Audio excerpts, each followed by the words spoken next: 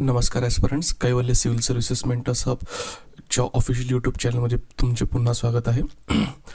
आज आपण बघणार आहोत की जो आपण इनिशिएटिव्ह स्टार्ट केलेला आहे UPSC आणि MPSC राज्यसेवा न्यू पॅटर्ननुसार स्टडी करणाऱ्या विद्यार्थ्यांसाठी ज्ञान मासिक. ज्या ज्ञान मासिकमध्ये आपण मंथली जे करंट इव्हेंट्स आहेत, जे UPSC आणि MPSCच्या सिलेबसनुसार इम्पॉर्टंट आहेत, त्यांचा आपण काय करतो, कॉम्प्रिहेन्सिव्ह कॉम्पायलेशन देण्याचा प्रयत्न करतोय. तर आजच्या व्हिडिओमध्ये आपण बघणार आहोत की जे एप्रिलचं ज्ञान मासिक आहे ते म्हणजे ॲस्पिरंट्सने रेफर करत असताना ते कसं करायला हवे. तर आपण त्याचा एक ब्रीफ ओव्हरव्ह्यू घेणार आहोत. तर आता यामध्ये आपण बघूया की मागच्या वेळेसप्रमाणेच आपण याच्यातले जे महत्त्वाचे सेक्शन्स आहेत ते सेम ठेवलेले आहेत आणि त्याच्यामधले जे काही पॉईंट्स आहेत म्हणजे न्यूजपेपरमध्ये आलेले ते आपण याच्यामध्ये कवर केलेले आहेत. तर पहिला पार्ट आहे तो त्याच्यामध्ये आपण बघूया प्रशासन, संविधान व राज्यशास्त्र म्हणजे गव्हर्नन्स, कॉन्स्टिट्यूशन अँड पॉलिटी. आता यामध्ये आपण पहिल्या जे आर्टिकल आहे किंवा पहिला जो लेख आहे त्याच्यामध्ये 17व्या लोकसभेची जी कामगिरी, ती कामगिरीचा आपण याच्यामध्ये ॲनालिसिस केलेला आहे. आता ह्या ॲनालिसिसमध्ये करत असताना पहिले आपण याच्यामध्ये पूर्ण जे फॅक्च्युअल इन्फॉर्मेशन आहे ती फॅक्च्युअल इन्फॉर्मेशन दिलेली आहे. म्हणजे लोकसभेचे सिटिंग्स आहेत ते कशा झालेल्या आहेत, त्यांची बैठकांची संख्या, त्याच्यानंतर त्याच्यामध्ये काही डिस्टर्बन्स आलेले आहेत का, त्याच्यानंतर मग त्याचं जे आउटकम आहे ते आउटकम काय होतं 17व्या लोकसभेचं, त्याच्यानंतर मग त्यामध्ये कमिटीज वगैरे असतील किंवा त्याच्यामध्ये जे बिलं असतील ते संपलेले बिलं त्यांचं स्टेटस काय होतं, त्यानंतर खाजगी सदस्य म्हणजे प्रायव्हेट मेंबर बिल्स होते ते किती प्रायव्हेट मेंबर्स बिल इंट्रोड्यूस झालेले आहेत, त्यापैकी किती पास झालेले आहेत, याचं जे ॲनालिसिस आहे ते ॲनालिसिस आपण या ठिकाणी करण्याचा प्रयत्न केलेला आहे. त्यानंतर मग पुन्हा त्याचा जो ओव्हरव्ह्यू आहे तो ओव्हरव्ह्यू या ठिकाणी डिस्कस केलेला आहे. जो क्वेश्चन आवर्स आहे तर क्वेश्चन आवर्सचं जे परफॉर्मन्स आहे ते क्वेश्चन आवर्सचं परफॉर्मन्स कसं होतं आहे, त्यानंतर जे बजेट आहे तर बजेटवर डिस्कशन कसं झालेलं आहे. त्यानंतर जर आपण बघितलं ज्या वेगवेगळ्या कमिटीज असतात पार्लमेंटरी कमिटीज, मग त्या पार्लमेंटरी कमिटीजचं जे परफॉर्मन्स आहे ते परफॉर्मन्स पण या ठिकाणी दिलेलं आहे. आणि ओव्हरऑल जर आपण यामध्ये बघितलं तर त्याच्यामध्ये आपण नंतर ॲनालिसिस केलेलं आहे. पहिले फॅक्च्युअल इन्फॉर्मेशन दिलेली आहे आणि त्यानंतर त्याचं ॲनालिसिस केलेलं. मग पॉझिटिव्ह कामगिरी काय असणार आहे, त्यानंतर त्याचे जे लिमिटेशन्स आहेत तर लिमिटेशन्स काय होत्या, आणि त्यानंतर आता येणारी 18वी लोकसभा असणार आहे किंवा त्यानंतर जे येणारी लोकसभा आहे तर त्यांनी 17व्या लोकसभेपासून काय शिकणे आवश्यक आहे. आता हा जो पॉईंट आहे हे आर्टिकल फार इम्पॉर्टंट आहे. जर तुम्ही सिलेबस बघितला तर सिलेबसमध्ये तुम्हाला लक्षात येते की सिलेबसचा पॉईंटच दिलेला आहे. संसद व राज्य विधिमंडळे रचना, कार्यप्रणाली, कामकाज चालवणे, अधिकार व विशेषाधिकार आणि यापासून उद्भवणारे प्रश्न.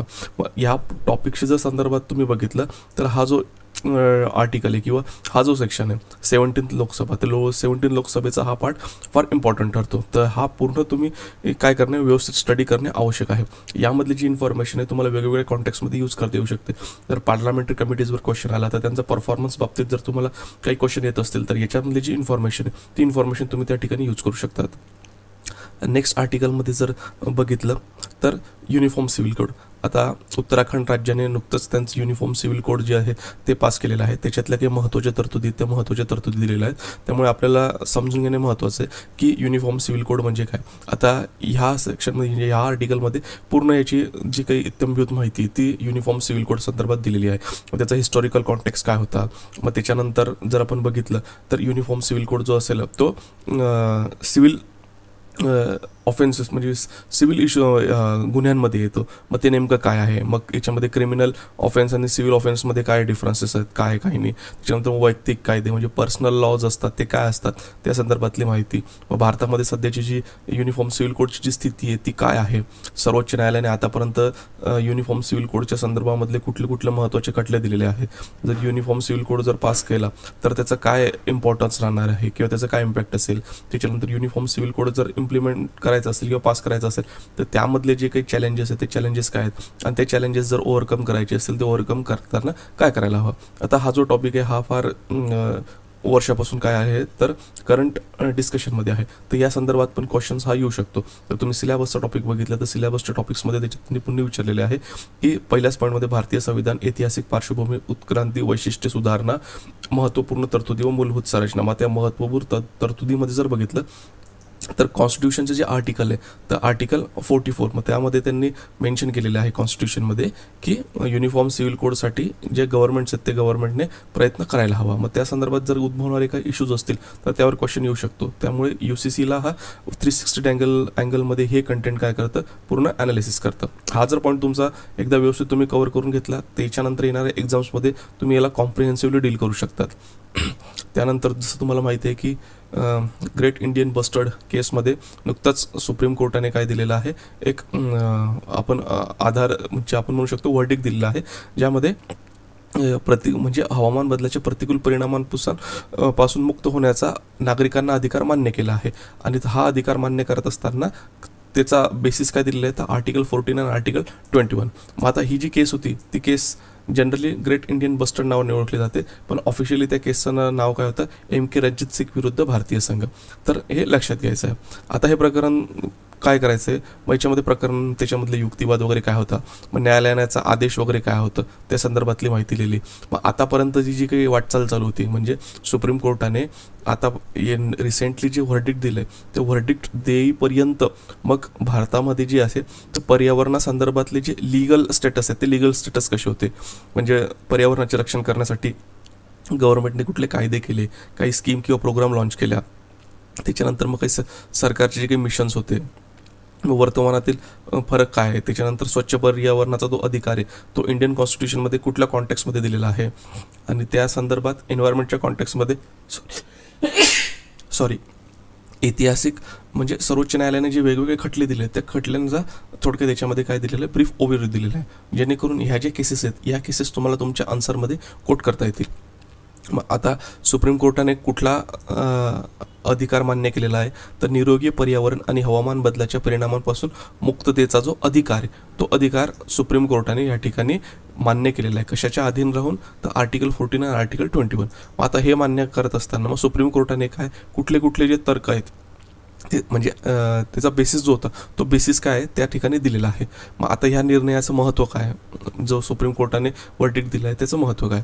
आता महत्त्वानंतरच ज्यावेळेस हा न्याय म्हणजे लॉ जो असेल हा लॉ जर इम्प्लिमेंट करायचा, लॉ नाही म्हणता येणार त्याला, अधिकार आहे, जो अधिकार असेल आणि अधिकार जर पीपलला म्हणजे सिटिझन्सला जर एक्सरसाइज करायचं असेल तर त्यामध्ये कुठले चॅलेंजेस येऊ शकतात तर ते चॅलेंजेस त्या ठिकाणी दिलेले आहेत. आणि असल्या चॅलेंजेसवर ओव्हरकम करण्यासाठी काय करायला हवं तर त्याच्यामध्ये वे फॉरवर्ड दिलेलं आहे. त्यामुळे हे आर्टिकल पण काय आहे हे फार इम्पॉर्टंट आहे एन्व्हायरमेंट आणि तुमच्या पॉलिटीच्या दृष्टिकोनातून, जे GS2 आणि GS3 पेपर दोघांच्या कॉन्टेक्स्टमध्ये.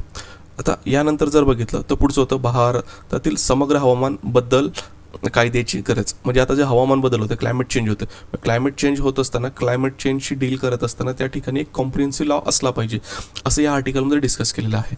मग त्याच्यानंतर पुन्हा या ठिकाणी ओव्हरव्ह्यू दिलेला आहे. सुप्रीम कोर्टाने काय केलेलं आहे, ओळख केलेली आहे की भारतामध्ये आतापर्यंत क्लायमेट चेंजशी डील करणारा स्पेसिफिक कुठलाही लॉ नाही.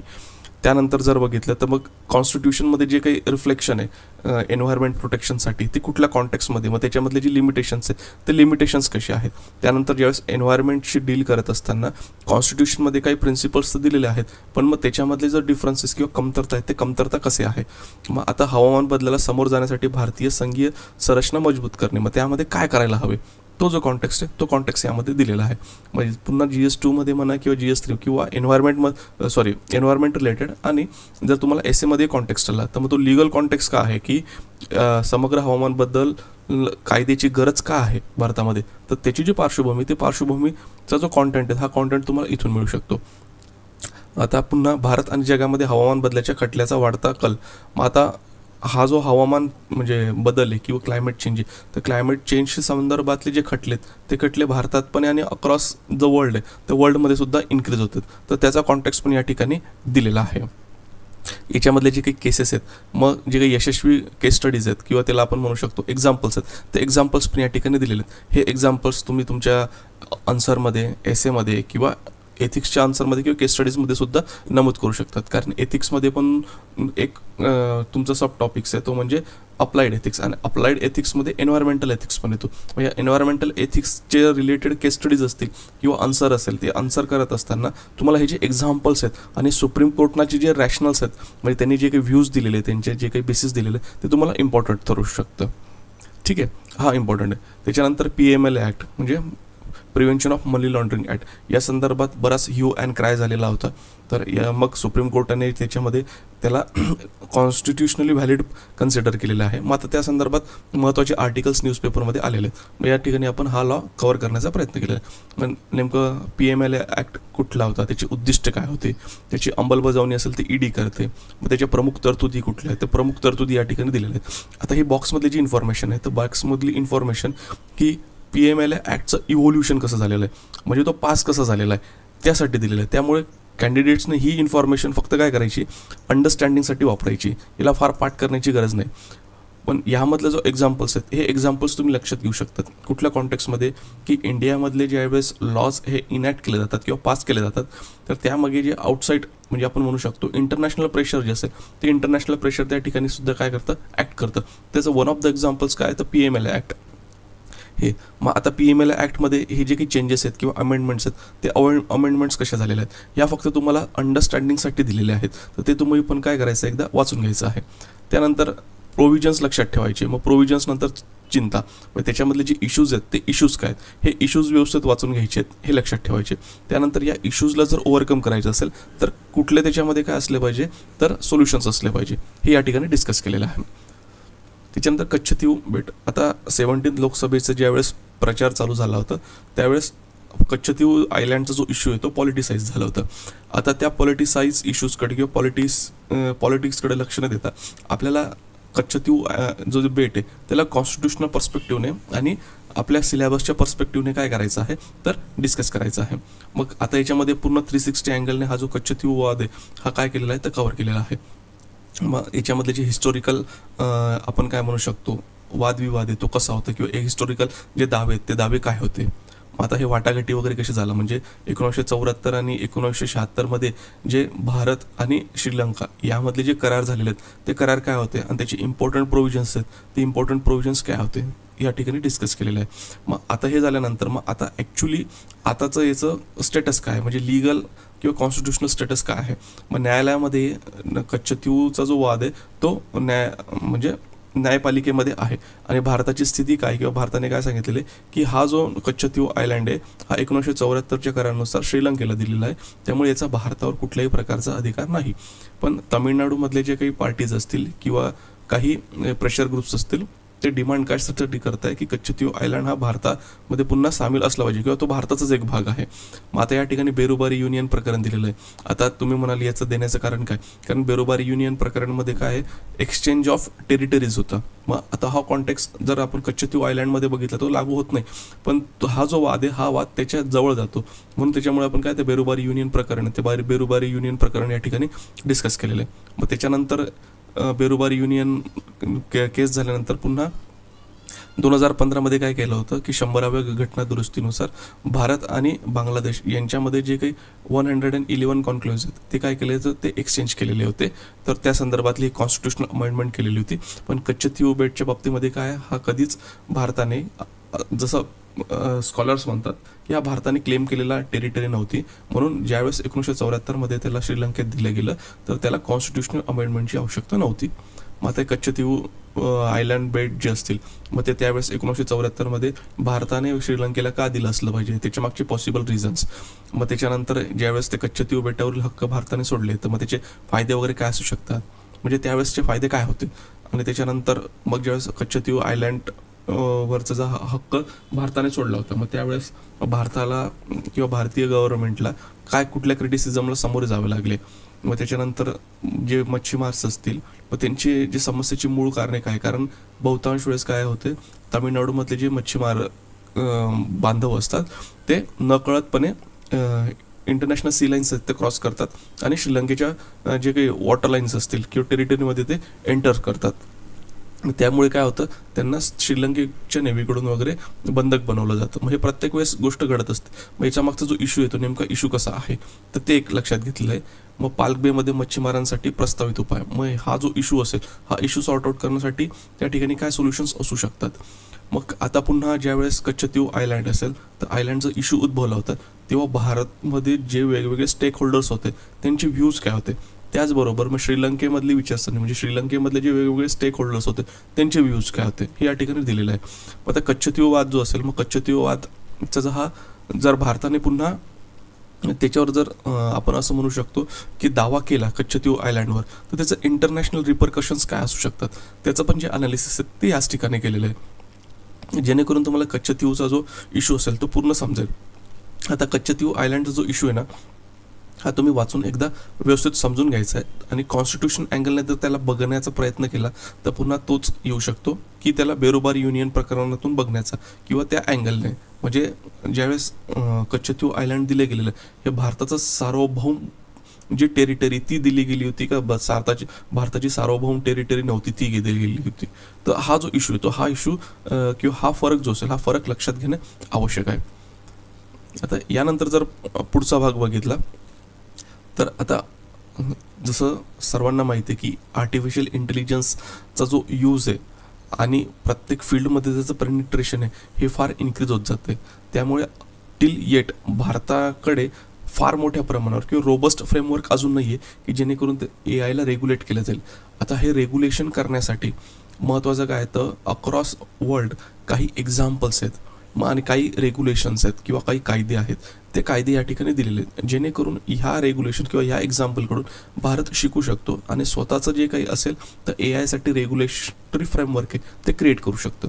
म्हणून हे जे रेग्युलेशन रिलेटेड इश्यूज आहेत हा रेग्युलेटरी रिलेटेड इश्यूज या ठिकाणी दिलेले आहे. आता या सिलेबसमध्ये जर तुम्ही बघितलं तर सिलेबसमध्ये पुन्हा याच्यामध्ये काही टॉपिक्स दिलेले आहेत त्याच्या संदर्भात तो येतो. मग आपण विविध क्षेत्रातील विकासासाठी सरकारचे धोरणे व घटक यांचे संकल्पन व अंमलबजावणी करताना उद्भवणारे समस्या हा किंवा रेग्युलेटरी रिलेटेड ज्या बाबती असतात म्हणजे या ठिकाणी तुम्ही बघू शकतात काही बॉडीज दिलेल्या आहेत, नियुक्त, वैधानिक, नियामक व विविध अर्धन्यायिक मंडळे. म्हणजे याच्याशी रिलेटेड जर काही इन्स्टिट्यूशन्स असतील त्या इन्स्टिट्यूशनच्या संदर्भामध्ये जर AIचा रोल येत असेल तर त्या ठिकाणी त्या संदर्भातली क्वेश्चन्स वगैरे काय असू शकतात तर विचारले जाऊ शकतात. त्यामुळे यावर फोकस करणे आवश्यक आहे. आता पुन्हा भारतामधले जे बेबी फूड्स आहेत तर बेबी फूड्समध्ये जास्त प्रमाणात काय आहे तर शुगर आढळून आलेली आहेत. म्हणजे जी शुगर आढळून आलेली आहे पुन्हा याच्यामध्ये आपल्याला काय दिसतं ज्या पॉलिसीज वगैरे इम्प्लिमेंट केलेल्या आहेत आणि म्हणजे पॉलिसी फॉर्म्युलेट केल्या आहेत आणि पॉलिसी इम्प्लिमेंट होतात याच्यामधला जो गॅप आहे म्हणजे रेग्युलॅरिटी त्याला आपण काय म्हणू शकतो डेफिसिट आहे. तर रेग्युलॅरिटी डेफिसिटमुळे काय होत आहेत तर इश्यूज उद्भवत आहेत. मग हे इश्यूज उद्भवत आहेत तर त्या अनुषंगाने याच्यावर क्वेश्चन्स वगैरे विचारले जाऊ शकतात. याच्यामध्ये एक्झाम्पल्स दिलेले आहेत की बेबी फूड्समध्ये जे काही एक्सेसिव्ह जी शुगर आहे ती शुगर आढळलेली आहे. मग त्याचे एक्झाम्पल म्हणजे नेस्ले बेबी प्रोडक्ट्स असतील किंवा बोर्नविटासारखे काही जे आपण म्हणू शकतो पेय असतील, चॉकलेटसारखे पदार्थ असतील जे पेय म्हणून यूज केले जातात. मग जगाच्या WHO काय दिलेलं आहे त्यांचं जे स्टँडर्ड आहेत हेल्थ रिलेटेड आस्पेक्ट की शुगरचा जे प्रमाण असेल ते बेबी फूड्समध्ये किती असलं पाहिजे त्या ठिकाणी. मग भारतामध्ये या संदर्भात food safety standard authority of India यांनी काय केलं तर तपास सुरू केलेला आहे. मग आता हे जे काही रेग्युलेटरी डेफिसिट आहेत किंवा रेग्युलेटरी त्याच्यामध्ये आपल्याला गॅप दिसतोय तर मग याच्या मागची जी कारणं आहे किंवा पॉसिबल रिझन्स आहेत ते काय असू शकतात. मग बाळाच्या आहारातील साखरेची भर पडण्याचे धोके काय त्याच्यामध्ये धोके होऊ शकतात. त्याच्यानंतर मग हे जे काही डबल स्टँडर्ड्स आहेत ते काय आहेत आणि मग त्याच्यानंतर रेग्युलेटरी किंवा आपण म्हणू शकतो मार्केट रिलेटेड जे यूज केले जातात रूल्स अँड रेग्युलेशन्स ते नेमकं कसे काय आहेत त्या संदर्भातली इन्फॉर्मेशन या ठिकाणी दिलेली. पुन्हा भारतामध्ये बेबी फूडचे जे नियामक चौकट आहे म्हणजे त्याला जे रेग्युलेट केलं जातं ते रेग्युलेट करण्यासाठी कुठले लॉज किंवा रूल्स आहेत ते यामध्ये दिलेले आहेत. मग पुन्हा भारतातील शिशु आहार नियमांमधील त्रुटी आणि कमकुवतपणा म्हणजे ऑलरेडी लॉज आहेत किंवा जे काही फ्रेमवर्क आहे त्या फ्रेमवर्कमधले जी काही त्रुटी आहेत त्या त्रुटी या ठिकाणी काय दिलेल्या आहेत तर डिस्कस केलेल्या आहेत. मग आणि आता याला सोल्युशन म्हणून काय असलं पाहिजे तर त्याच्यासाठी शिफारसी दिलेल्या आहेत. तर हा एक पूर्ण ओव्हरव्ह्यू घेतलेला या ठिकाणी. पुन्हा जर बघितलं तर भारतातील अन्न सुरक्षा चिंतात म्हणजे पुन्हा हाच इश्यू या ठिकाणी थोडा डीप लेवलला काय केलेला आहे डिस्कस केलेला आहे. मग नियामक फ्रेमवर्क मग आता या ठिकाणी महत्त्वाचं काय आहे तुमची जी रेग्युलेटरी बॉडी आहे मग रेग्युलेटरी बॉडी कुठली food safety standard authority of India. मग त्याच्याबद्दलची इन्फॉर्मेशन या बॉडीचा उद्देश काय आहे याची प्रमुख वैशिष्ट्ये काय आहेत आणि हे काय कार्य करतं. ठीक आहे. मग आता याच्यासमोरील आव्हाने काय आहेत आणि याच्यामधले मग हे आव्हानांना जर ओव्हरकम करायचं असतील तर काय त्याच्या ठिकाणी काय असलं पाहिजे काय सोल्युशन्स असले पाहिजे ते डिस्कस केलेले. म्हणजे पुन्हा सिलेबसमध्ये तुमचा टॉपिक दिलेला आहे की स्टॅट्युटरीज बॉडी. ही जी स्टॅट्युटरी बॉडी आता करंटमध्ये काय म्हणजे डिस्कशनमध्ये तर मे बी याच्यावर क्वेश्चन्स वगैरे विचारले जाऊ शकतात. आता पुन्हा सुप्रीम कोर्ट आहे, तर सुप्रीम कोर्टाने काय केलेलं आहे यामध्ये त्यांचं काही ऑब्झर्वेशन नोंदवलेलं आहे. मग या ऑब्झर्वेशनमध्ये पुन्हा हा अँगल रेग्युलेटरी फ्रेमवर्कच्या दृष्टिकोनातून आहे. मग रेग्युलेटरी फ्रेमवर्कच्या दृष्टिकोनातून कसा, जसं पतंजलीचा प्रकरण झालं होतं की त्या ठिकाणी जो दावा केला होता कोविड-19च्या दरम्यानमध्ये की त्यांच्यानी जे औषधं तयार केले होते त्या औषधांची जी इफिकसी आहे त्यांनी एक्सेसिव्हली क्लेम केलेली होती, तर त्या संदर्भात सुप्रीम कोर्टाने नाराजी पण व्यक्त केलेली होती. मग त्याच्यानंतर पुन्हा हे जे फूड प्रोडक्ट्स आहेत बेबी फूड्स, मग त्या बेबी फूड्समध्ये एक्सेसिव्ह काय आहे तर शुगर्स आहेत. म्हणजे थोडक्यात मग याच्यामुळे काय होतात की नॉन कम्युनिकेबल डिसीजेस वगैरे जे असतील ते त्या ठिकाणी उद्भवतात. म्हणून ह्या ज्या ॲडव्हर्टाइजमेंट्स असतात किंवा हे जे प्रोडक्ट्स असतात हे मिसयूज करतात ॲडव्हर्टाइजमेंटला, म्हणजे ग्राहकांना मिसगाईड करतात आणि मिसगाईड करून त्यांचं जे प्रोडक्ट्स आहे ते सेल करण्याचा प्रयत्न करतात. मग त्या संदर्भात सुप्रीम कोर्टाचं जे काही ऑब्झर्वेशन्स आहेत ते ऑब्झर्वेशन या ठिकाणी दिलेले आहेत आणि त्यामध्ये काय त्याचे सोल्युशन्स असू शकतात ते सोल्युशन्स पण या ठिकाणी देण्याचा प्रयत्न केलेला आहे. मग आता जसं इलेक्शन्स स्टार्ट झालेले आहेत 18th लोकसभेसाठी, तर EVM ही जी EVM आहे इलेक्ट्रॉनिक मतदार यंत्राबद्दल ही पूर्ण जी इन्फॉर्मेशन आहे ती इन्फॉर्मेशन या ठिकाणी दिलेली, ही तुम्ही एकदा व्यवस्थित वाचून घ्यायचं आहे. आता ही वाचून घेत असताना याचा तुम्हाला प्रिलिम्समध्ये पण उपयोग होऊ शकतो आणि मेन्समध्ये पण उपयोग होऊ शकतो. महत्त्वाचं ॲनालिसिसच्या पर्स्पेक्टिव्हने काय लक्षात ठेवायचं आहे, त्याच्या संदर्भातले जे वाद वगैरे आहेत ते वाद वगैरे काय असतात, ठीक आहे, आणि त्याच्यासाठी सोल्युशन्स वगैरे काय असू शकतात. मग VVPAT आहे, मग VVPAT संदर्भात आतापर्यंत जे इव्होल्युशन आहे हे इव्होल्युशन कसं म्हणजे कुठल्या सुप्रीम कोर्टाने कुठल्या आपण म्हणू शकतो खटल्यामध्ये त्याला कंपल्सरी केलं आहे की VVPAT जे असेल ते VVPAT असायला हवं, जेणेकरून त्याच्यामध्ये क्रॉस व्हेरिफिकेशन करता येऊ शकतात. मग आता VVPATचा उद्देश काय होतात, ठीक आहे, मग त्याच्यानंतर त्याच्यावर काय टीका वगैरे होत आहेत या संदर्भात, आणि मग VVPATची जी पडताळणी असेल ती मजबूत करण्यासाठी काय उपाय वगैरे असले पाहिजे या संदर्भातलं काय डिस्कशन केलेलं आहे. मग आता पुन्हा मध्ये डिमांड चालू होती सर्व म्हणजे काही पॉलिटिकल्स पार्टीज करून की VVPATची जी असेल ती पूर्ण पुनर्गणना झालेली पाहिजे. मग त्याच्यासाठी जे युक्तिवाद आणि त्याच्या विरुद्धचा युक्तिवाद हा या ठिकाणी दिलेला आहेत आणि या संदर्भात सुप्रीम कोर्टाचं जे पण जे ऑब्झर्वेशन आहे किंवा जो वर्डिक्ट दिलेला आहे तो वर्डिक्ट पण या ठिकाणी डिस्कस केलेला आहे, ठीक आहे. मग SLU म्हणजे सिम्बॉल लोडिंग युनिट्स, आता हे जे कंपल्सरी केलेलं आहे सुप्रीम कोर्टाने इलेक्शन प्रोसेसमध्ये त्या संदर्भातली पण इन्फॉर्मेशन या ठिकाणी डिस्कस केलेली आहे. आता इट इज मोर फॅक्च्युअल, हे वाचून घ्यायचं. मग आता ही न पुसता येणारी शाई म्हणजे इलेक्शनमध्ये वोटिंग केल्यानंतर बोटावर जी शाई लावली जाते त्या संदर्भातली जी माहिती या ठिकाणी दिलेली आहे. हे बोथ प्रिलिम्स आणि मेन्स या दोघींच्या पर्स्पेक्टिव्ह इम्पॉर्टंट आहे. महत्त्वाचा टॉपिक आता या ठिकाणी मॉडेल कोड ऑफ कंडक्ट. मग आता हे मॉडेल कोड ऑफ कंडक्ट म्हणजे काय, आता त्याचं इव्होल्युशन, मग हे नेमकं कधी याची उत्क्रांती झालेली आहे, हे कसं केव्हा लागू होतं, ठीक आहे. मग याची उद्दिष्ट काय आहेत, ही उद्दिष्ट समजून घेणं महत्त्वाचं आहे. मग आता MCC म्हणजे मॉडेल कोड ऑफ कंडक्ट नेमकं काय करतं, याच्यामधली जी देखरेख यंत्रणा आहे ती कसं करतात. मग आता जर मॉडेल कोड ऑफ कंडक्ट जर व्हायोलेट झाला तर मग त्याच्यासाठी काही पनिशमेंटची काही प्रोव्हिजन्स वगैरे आहेत का नाही, त्या संदर्भातलं जो काही डिस्कशन या ठिकाणी केलेलं आहे. आता हे मॉडेल कोड ऑफ कंडक्ट जे इम्प्लिमेंट केलं जातं ते इम्प्लिमेंट करत असताना त्याच्यामधले जे चॅलेंजेस आहेत ते चॅलेंजेस काय, आणि हे चॅलेंजेस जर ओव्हरकम करायचे असतील तर त्याच्यामधले त्याचे उपाय काय असू शकतात हे डिस्कस केलं. म्हणून हे मॉडेल कोड ऑफ कंडक्टच्या संदर्भातलं डिस्कशन हे इम्पॉर्टंट ठरत आहे. आता पुन्हा लोकशाही प्रक्रियेतील तरुणांच्या सहभागाला प्रोत्साहन देणे. जसं तुम्ही बघत आहात की आता 18th लोकसभेचे जे काही इलेक्शन्स आहे हे नियर अबाउट एंड झालेले आहेत आणि वोटर टर्न आउट रेट आहे हा 19 लोकसभेच्या तुलनेने कमी आहे असं बरेच न्यूजपेपर किंवा न्यूज एजन्सीने रिपोर्ट केलेले आहेत. मग या ठिकाणी डिस्कस केलेले आहेत की हा युवकांचा सहभाग आहे हा कमी का होतोय वोटिंग प्रोसेसमध्ये आणि तो जर सुधारायचा असेल तर काय करायला हवं आहे. मग त्या संदर्भातलं जे डिस्कशन या ठिकाणी दिलं आहे त्याच्यामुळे हा टॉपिक इम्पॉर्टंट आहे. पुन्हा लोकशाहीचे मूल्यांकन म्हणजे लोकशाही आता इंटरनॅशनल लेवलला ज्या काही डिफरंट एजन्सीज आहेत त्या डिफरंट एजन्सीज काय करतात अक्रॉस द वर्ल्ड डिफरंट कंट्रीजचं जे त्याच्यामध्ये लोकशाहीचे जे स्टेटस आहे ते लोकशाहीचं स्टेटस त्या ठिकाणी ते त्यांच्या रिसर्चनुसार अधोरेखित करतात. मग आता ह्या ठिकाणी मागच्या याच्यात पण आपण बघितलं की प्यू रिसर्च सेंटर आहे त्या प्यू रिसर्च सेंटरमध्ये असं मेन्शन करण्यात आलेलं होतं की अक्रॉस द वर्ल्ड जो ऑथॉरिटेरियन गव्हर्नमेंटकडे इन्क्रीज होणारा जो कल आहे लोकांचा तो इन्क्रीज होतोय असं त्यांचं म्हणणं आहे. तर मग आता याला अनालिसिस केलेलं आहे की मी हुकुमशाहीसाठी ला प्राधान्य देण्याची जी काही पॉसिबल कारणं आहेत ते काय असले पाहिजेत तर ही याच्यात डिस्कस केलेली आहे. मग लोकशाहीचे जे इव्हॅल्युएशन प्रोसेस आहेत त्याच्यामध्ये कुठल्या कुठले अँगल्स असतात. मग लोकशाही निर्देशांकाचा केंद्रबिंदू काय असतो मग त्याच्यानंतर हे जे काही इंडायसेस आहेत या इंडेसाइसचे इम्पॉर्टन्स काय आहेत. त्याच्यानंतर या लोकशाही जे काही मोजमाप करतात त्या इंडायसेसवर काय क्रिटिसिझम होतं ते पण दिलेलं आहे. आता ह्या बॉक्समध्ये भारतासंदर्भातली जी कॉन्टेक्स्ट आहे ते कॉन्टेक्स्ट दिलेलं आहे. आता हे इम्पॉर्टंट ठरते.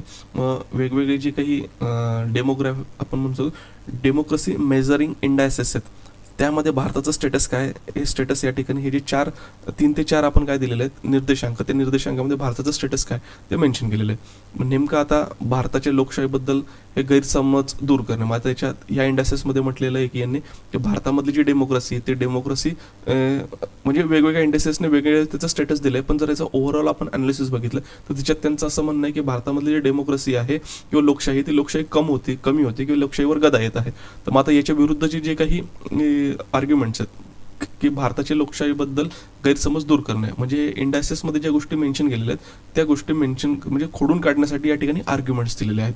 आणि लोकशाही निर्देशांकाबाबत भारताचा दृष्टिकोन आहे, तो दृष्टिकोन काय आहे तो या ठिकाणी डिस्कस केला आहे. आणि यातला ओव्हरकम करण्यासाठी काय करायला हवं ती गोष्ट पण याच्या ठिकाणी काय केली तर डिस्कस केलेली आहे. ठीक आहे. मग हा जो टॉपिक आहे हा टॉपिक तुम्हाला एसीच्या संदर्भात फार इम्पॉर्टंट ठरतो. कारण एसीमध्ये जर डेमोक्रेसी रिलेटेड काही विचारलं वगैरे गेलं काही गेलं तर याच्यावर तुम्ही आन्सर तुम्हाला लिहिण्यासाठी हे जे कॉन्टेंट आहे हे कॉन्टेंट इम्पॉर्टंट ठरेल. किंवा पुन्हा जे GS2 मध्ये तर GS2 मध्ये सुद्धा या संदर्भातला क्वेश्चन जे असतील ते येऊ शकतो. म्हणजे खरंच तुम्हाला असे वाटते का की भारतामधली जी लोकशाही आहे ती लोकशाही डायल्यूट होते किंवा कमी होते, तर त्या संदर्भात तुमचे आर्ग्युमेंट्स आणि काउंटर आर्ग्युमेंट्स देण्यासाठी तुम्ही ह्या कंटेंटचा उपयोग करू शकतात. आता पुन्हा पुढे दिल्ली मेट्रो प्रकरणी सर्वोच्च न्यायालयाचा निकाल. मग हे नेमकं आता केस काय, ही केस स्टडी तुम्हाला फक्त वाचायची, याला पाठबीट करायची किंवा लक्षात ठेवण्याच्या भानगडीत पडू नका. आता एवढा जो कंटेंट आहे ना हा कंटेंट कुठपर्यंत इथपर्यंत म्हणजे जी केस स्टडी दिलेली म्हणजे त्याचं जे बॅकग्राऊंड दिलं आहे त्या बॅकग्राऊंड तुम्हाला काय करायचं फक्त लक्षात घ्यायचं की नेमकं कसं आहे किंवा काय आहे. मग आता यानंतर इम्पॉर्टंट काय याच्यामध्ये तर हे सुप्रीम कोर्टामध्ये वेगवेगळे जे पिटिशन्स आहेत या पिटिशन जसं फाईल केल्या जातात जसं उपचारात्मक याचिका. मग या कॉन्टेक्स्टमध्ये जर आपण बघितलं तर मग सुप्रीम कोर्टामध्ये की कुठली याचिका असेल ती कुठली याचिका दाखल केली होती आणि कुठल्या याचिका दरम्यान ही जी केस आहे ही केस सॉर्ट आउट करण्याचा प्रयत्न केला गेलेला. हे जे अँगल आहे तर हे या अँगलने तुम्हाला काय करायचं आहे तर डिस्कस करायचं आहे. आणि याचा रिलेशन तुम्हाला कशाशी जोडायचा आहे तर पुन्हा इकॉनॉमीशी. तर इकॉनॉमीशी याचा अँगल फार महत्त्वाचा आहे तो. मग पब्लिक प्रायव्हेट पार्टनरशिप पुन्हा याच्यामध्ये तुम्ही डिस्कस करू म्हणजे लक्षात घेऊ शकतात.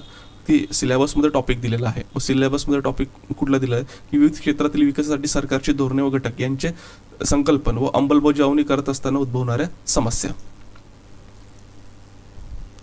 हा पॉलिटी संदर्भातला कॉन्टेक्स्ट होता. मग आता आहे इंटरनॅशनल रिलेशन. मग इंटरनॅशनल रिलेशनच्या कॉन्टेक्स्टमध्ये जर बघितलं तर भारत नेपाळ संबंध. मग याचं जे काही आहे तर आपण ओव्हरव्ह्यू घेण्याचा प्रयत्न केलेला आहे की मागच्या 2-3 डिकेडमध्ये की भारत आणि नेपाळचे संबंध वगैरे कसे राहिलेले आहेत, त्याच्यामधली आव्हाने वगैरे काय होती. मग नेपाळमध्ये काही वर्षांपासून किंवा दशकांपासून जे पॉलिटिकल इन्स्टॅबिलिटी कशी आहे, त्याचा इम्पॅक्ट भारतावर कसा होतो आणि त्याच्यानंतर त्याचे संभाव्यतेचे सोल्युशन्स काय असले पाहिजे. पुन्हा पाकिस्तानमध्ये आता लेटेस्टमध्ये इलेक्शन्स झाले होते. मग तिथले इलेक्शन झाल्यानंतर नवीन गव्हर्नमेंट आलेली आहे. पण यामध्ये सुद्धा आपल्याला लक्षात येत आहे जसं न्यूजपेपरमध्ये मेन्शन केलेलं आहे की जो आर्मीचं इंटरफिअरन्स आहे आणि आर्मीने स्वतःचं गव्हर्नमेंट त्या ठिकाणी काय केलेलं आहे प्रस्थापित करण्याचा प्रयत्न केलेला आहे सिव्हिलियन गव्हर्नमेंट थ्रू. मग त्याच्यामध्ये मग पाकिस्तानची जी व्यवस्था आहे तर मग ती काय आहे म्हणजे तिथली जी कंडिशन आहे ती कंडिशन्स ओव्हरव्ह्यूमध्ये आपण काय केलेली तर डिस्कस केलेली. मग ही जे पाकिस्तानमध्ये ज्या काही गोष्टी चालू आहेत किंवा चेंजेस चालू आहेत मग त्याचा भारताच्या हितसंबंधांवर कसा परिणाम होतो, भारत पाकिस्तान संबंधांवर कसा परिणाम होतो आणि त्याच्यानंतर रिजनल सिक्युरिटी आहे तर रिजनल सिक्युरिटीवर त्याचा कसा परिणाम होतो तर हे आपण डिस्कस केले आहेत. आणि त्याच्यासाठी सोल्युशन्स काय असले पाहिजे ते. पुन्हा आपण इथे जर बघितलं की चीन पाकिस्तान इकॉनॉमिक कॉरिडॉर आहे तर या इकॉनॉमिक कॉरिडॉरवर काय झालेले आहेत तर हल्ले झालेले आहेत पाकिस्तानमध्ये. तर त्या संदर्भातलं अनालिसिस इम्पॉर्टंट आहे म्हणून आपण हे कव्हर करण्याचा प्रयत्न केलेला आहे. मग भारताने CPECला काय केलेलं आहे तर अपोज केलेलं आहे. तर का अपोज केलेलं आहे ते डिस्कशन या ठिकाणी दिलेलं आहे. मग आता CPECवर जे दहशतवादी हल्ले झालेले आहेत तर मग त्याच्या मागची कारणं वगैरे काय होती काय नाही, त्याच्यामध्ये चीनची प्रतिक्रिया वगैरे काय आहे, मग हे असुरक्षितता कशामुळे आहे CPECची. ठीक आहे, म्हणजे त्याचा परिणाम आपल्याला भारतावर पण होऊ शकतो. त्याच्यामुळे हा टॉपिक जो असेल हा जरी पाकिस्तान रिलेटेड असला तरी तो भारताच्या सिक्युरिटीच्या पर्स्पेक्टिव्हने इम्पॉर्टंट आहे म्हणून आपण डिस्कस करणे गरजेचे आहे. आता पुन्हाच भारताचे बदलणारे धोरणात्मक परिदृश्य म्हणजे आता फॉरेन पॉलिसीमध्ये जे काही वेगवेगळे चेंजेस होत आहेत ते वेगवेगळे चेंजेस कसे आहेत, मग त्याचे सकारात्मक परिणाम नकारात्मक परिणाम हे डिस्कस केले. हे तुम्हाला इम्पॉर्टंट आहे. हे वाचणे कशासाठी इम्पॉर्टंट आहे जर ॲनालिटिकल बेसिसवर जर क्वेश्चन विचारला गेला मेन्समध्ये तर त्याचं तुम्हाला उत्तर देता आलं पाहिजे. मग नेमकं इंडिया आउट मोहीम, जसं आपण नुकतंच बघितलं मालदीवमध्ये इंडिया आउट मोहीम होती आणि त्याचे रिपरकेशन्स काही आपल्याला बांगलादेशमध्ये पण बघायला मिळतात. मी नेमकं इंडिया आउट मोहीम काय आहे, मग त्याचा मालदीव आणि बांगलादेशमधला कॉन्टॅक्ट काय आहे, मग त्याच्यामधले जे अँगल आहे, मग त्याचा जर भारताच्या इथे संबंधांवर कसा परिणाम होऊ शकतो, मग आर्थिक प्रभाव असेल, राजकीय प्रभाव असेल, सुरक्षा प्रभाव असेल किंवा परराष्ट्रीय धोरणाच्या पर्स्पेक्टिव्हने असेल. त्याच्यानंतर मग गव्हर्नमेंटने त्याला कसा प्रतिसाद दिलेला आहे आणि त्याच्यावर सोल्युशन काय असलं पाहिजे. मग आता पुन्हा आशियामधले जे काही चेंजिंग पॉलिटिकल सिनॅरिओ, तो पॉलिटिकल सिनॅरिओ कसा आहे त्या संदर्भातलं डिस्कशन या ठिकाणी दिलेलं आहे. तर हे इम्पॉर्टंट आहे. मग आता पुन्हा आर्टिकशी भारताचे विकसित होत असणारे संबंध, हे आर्टिकल पुन्हा इम्पॉर्टंट आहे, कारण आर्टिकवर जर UPSCमध्ये बघितले तर मागच्या 10 वर्षामध्ये 2 ते 3 वेळेस क्वेश्चन्स येऊन गेलेले आहेत. तर ह्या अँगलने त्या अँगलने जर बघितलं तर आर्टिक रिलेटेड जी डेव्हलपमेंट आहे ते डेव्हलपमेंट भारतासाठी इम्पॉर्टंट आहे. पुन्हा साऊथ चायना सी, मग साऊथ चायना सीमध्ये इंडियाचे बरेच स्टेक्स आहेत. मग त्याचे स्टेक्स म्हणजे काय, एक तर सिक्युरिटी प्रोव्हिजनच्या पर्स्पेक्टिव्हने आणि दुसरी गोष्ट म्हणजे की इंडिया पॅसिफिक रिजनमध्ये इंडियाला जे त्याचं वर्चस्व टिकवून ठेवायचं तर त्या संदर्भात पण त्याची जी पॉलिसी साऊथ चायना सी संदर्भात ती इम्पॉर्टंट ठरते. मग याच्यामधला फरक कसा होतो किंवा कसं इव्हॉल्व्ह होतं ही गोष्ट यामध्ये डिस्कस केलेली आहे, ती इम्पॉर्टंट आहे. आता युरोपियन मानवाधिकार न्यायालयाचा हवामानविषयक महत्त्वाचा निर्णय, आता हे फक्त तुम्हाला रीड करून घ्यायचं आहे, कारण सुप्रीम कोर्टाने जसं भारताच्या कॉन्टॅक्समध्ये एन्व्हायरमेंट म्हणजे क्लायमेट चेंज रिलेटेड वर्डिक्ट दिलेलं आहे, तसंच या ठिकाणी काय आहे तर युरोपियन मानवाधिकार न्यायालयाने त्या ठिकाणी वर्डिक्ट दिले आहे. हे फक्त तुम्हाला एकदा वाचून घ्यायचं आहे. मग आता इंटरनॅशनल लेवलला जे डिसअरे किंवा अनस्टॅबिलिटी काय आहे ते डिस्कस केलेलं आहे आणि त्याचे सोल्युशन्स वगैरे काय असले पाहिजे. नाटोला जर बघितलं या ठिकाणी तर 75 वर्ष पूर्ण झालेले आहेत, त्याच्यामुळे नाटो संदर्भात इन्फॉर्मेशन दिलेली आहे. मग त्याचं सक्सेस काय राहिलेलं आहे आतापर्यंत, त्याचं अपयश काय राहिलेलं आहे, त्याच्यानंतर त्याच्या कार्यासंदर्भातली जी चिंता वगैरे असेल ती आणि त्याच्यामध्ये सोल्युशन काय असू शकतात त्या गोष्टी डिस्कस केल्या आहेत. आता हे GS2 मध्ये पण क्वेश्चन विचारला जाऊ शकतो किंवा GS1 मध्ये पण क्वेश्चन विचारला जाऊ शकतो वर्ल्ड हिस्ट्रीच्या कॉन्टेक्स्टमध्ये. आता त्यानंतरचा जर भाग बघितला तर सोसायटी आणि सोशल जस्टिस या रिलेटेड आता एक केअर इकॉनॉमी रिलेटेड जे डिस्कशन आहे ते केलेलं आहे. म्हणजे वुमनचं इन्व्हॉल्वमेंट केअर इकॉनॉमीमध्ये आहे, पण ती केअर इकॉनॉमी मॉनिटाईज नाही झालेली आहे. मग त्या संदर्भातलं जे अनालिसिस आहे ते दिलेलं आहे, त्याच्यामुळे हे इम्पॉर्टंट ठरतं आहे. त्याच्यानंतर भारतात तरुणांच्या आत्महत्या वाढत आहेत. मग त्या कशामुळे वाढत आहेत, त्याच्यामागची कारणं काय आणि त्याला जर प्रतिबंध करायचा असेल तर कसं करायला हवं, त्याच्यामुळे हा अँगल पण इम्पॉर्टंट आहे. कारण UPSCमध्ये आय थिंक 2023मध्ये क्वेश्चन विचारला होता की यंग वुमन आहेत, ते यंग वुमनमध्ये जी सुसाईड रेट आहे ते सुसाईड रेट काय इन्क्रीज होते, त्याच्यामुळे हे जे वल्नरेबल सेक्शन्स आहेत सोसायटीमधले तर त्यांच्या संदर्भातले जे काही इश्यूज असतील ते इश्यूज आपल्याला माहीत असणे आवश्यक आहेत, जेणेकरून त्याचं रिफ्लेक्शन हे एक्झामिनेशनमध्ये होऊ शकतं आणि आपण आन्सर देण्याच्या परिस्थितीत असलं पाहिजे. पुन्हा भारतातील वृद्ध लोकांसाठी होम केअर, आता जर बघितलं की येत्या काही वर्षांमध्ये किंवा दशकांमध्ये भारताची जी काही ओल्ड एज पॉप्युलेशन आहे ती इन्क्रीज होणार आहे. त्याच्यामुळे भारत ज्यावेळेस 2047 म्हणजे विकसित भारतकडे वाटचाल करत आहेत तर त्यावेळेस आतापासून पॉलिसीज इम्प्लिमेंट करायला पाहिजे, जेणेकरून ज्यावेळेस भारत ओल्ड एजमध्ये ट्रान्सफॉर्म होईल तर त्यावेळेस भारताकडे ऑलरेडी उपाययोजना असलं पाहिजे की तिथले जे काही ज्येष्ठ नागरिक आहेत त्या ज्येष्ठ नागरिकांची काय केली गेली पाहिजे तर काळजी घेतली गेली पाहिजे. तर त्या संदर्भातले होम केअर रिलेटेड जो अँगल आहे तो या ठिकाणी डिस्कस केलेला आहे. हे याला एकदा फक्त वाचून घ्या. मग पुन्हा युनिव्हर्सल हेल्थ कव्हरेज, मग जागतिक आरोग्य दिन आहे. मग जागतिक आरोग्य दिन ज्यावेळेस साजरा केला गेला तर त्याची जी थीम होती माझे आरोग्य माझा हक्क. मग आता या संदर्भात काय आहे महत्त्वाचं, युनिव्हर्सल हेल्थ कव्हरेज आहे ते माहीत असणे आवश्यक आहे. याच्यावर क्वेश्चन विचारला जाऊ शकतो आणि it is a important thing. मग त्याची महत्त्वाची तत्व काय आहेत, मग भारतामध्ये स्टेटस काय आहे युनिव्हर्सल हेल्थ कव्हरेजचा, ठीक आहे. मग भारतामध्ये आरोग्याचा अधिकार जो कॉन्स्टिट्यूशनमध्ये मेन्शन केलेला आहे तर त्याचं स्टेटस कसं आहे. मग आपण म्हणू शकतो युनिव्हर्सल हेल्थ कव्हरेज आहे ते जर इम्प्लिमेंट केले तर त्याचे फायदे काय असू शकतात. त्यानंतर त्याच्यामधले आव्हाने काय आहेत, युनिव्हर्सल हेल्थ कव्हरेज जर इम्प्लिमेंट करायचं असेल भारतामध्ये तर त्याची आव्हानं काय असतील आणि मग त्याला जर आव्हानांवर मात करायचं असेल तर त्याचे सोल्युशन्स काय असले पाहिजे. त्याच्यानंतर पुन्हा नॅशनल वन हेल्थ मिशन, मग आता भारताचं म्हणजे जे नॅशनल वन हेल्थ मिशन आहे मग ते या ठिकाणी काय केलेलं आहे त्याचे डिस्कशन केले. आता बॉक्समध्ये आपण मग डिस्कस केलं की वर्ल्ड हेल्थ मिशन म्हणजे एक आरोग्य म्हणजे काय असते, ठीक आहे. मग एक आरोग्याचा जो दृष्टिकोन आहे म्हणजे वन हेल्थ मिशन किंवा वन हेल्थ हेल्थचं जे काही दृष्टिकोन आहे त्याचा फायदा काय, त्याच्यानंतर वन हेल्थ जो अप्रोच आहे तो जर इम्प्लिमेंट करायचे असतील त्याच्यामधले आव्हाने काय आणि त्याच्यावर जर ओव्हरकम करायचं असेल तर सोल्युशन काय असलं पाहिजे, जेणेकरून तुम्हाला जर क्वेश्चन वन हेल्थ मिशनवर पण जर आला तर हेच पॉईंट्स तुम्ही काय करू शकता त्या ठिकाणी लिहू शकतात, किंवा वन हेल्थवर जर क्वेश्चन आला तर ऑलरेडी हे आर्टिकल तुम्हाला मदत करताच आहे. आता पुन्हा सुप्रीम कोर्टाने काय केलेलं आहे की जे प्रायव्हेट हॉस्पिटल्स आहेत ते प्रायव्हेट हॉस्पिटल्समधले जे म्हणजे हेल्थ केअर सर्व्हिसेसच्या प्राइजेस आहेत ते रेग्युलेट करण्यासाठी गव्हर्नमेंटला इन्स्ट्रक्शन्स दिलेले आहेत. तर त्या संदर्भातले जे काही डिस्कशन आहे ते या ठिकाणी दिलेले आहेत, हे पण इम्पॉर्टंट आहे, तर तुम्ही वाचून घ्या.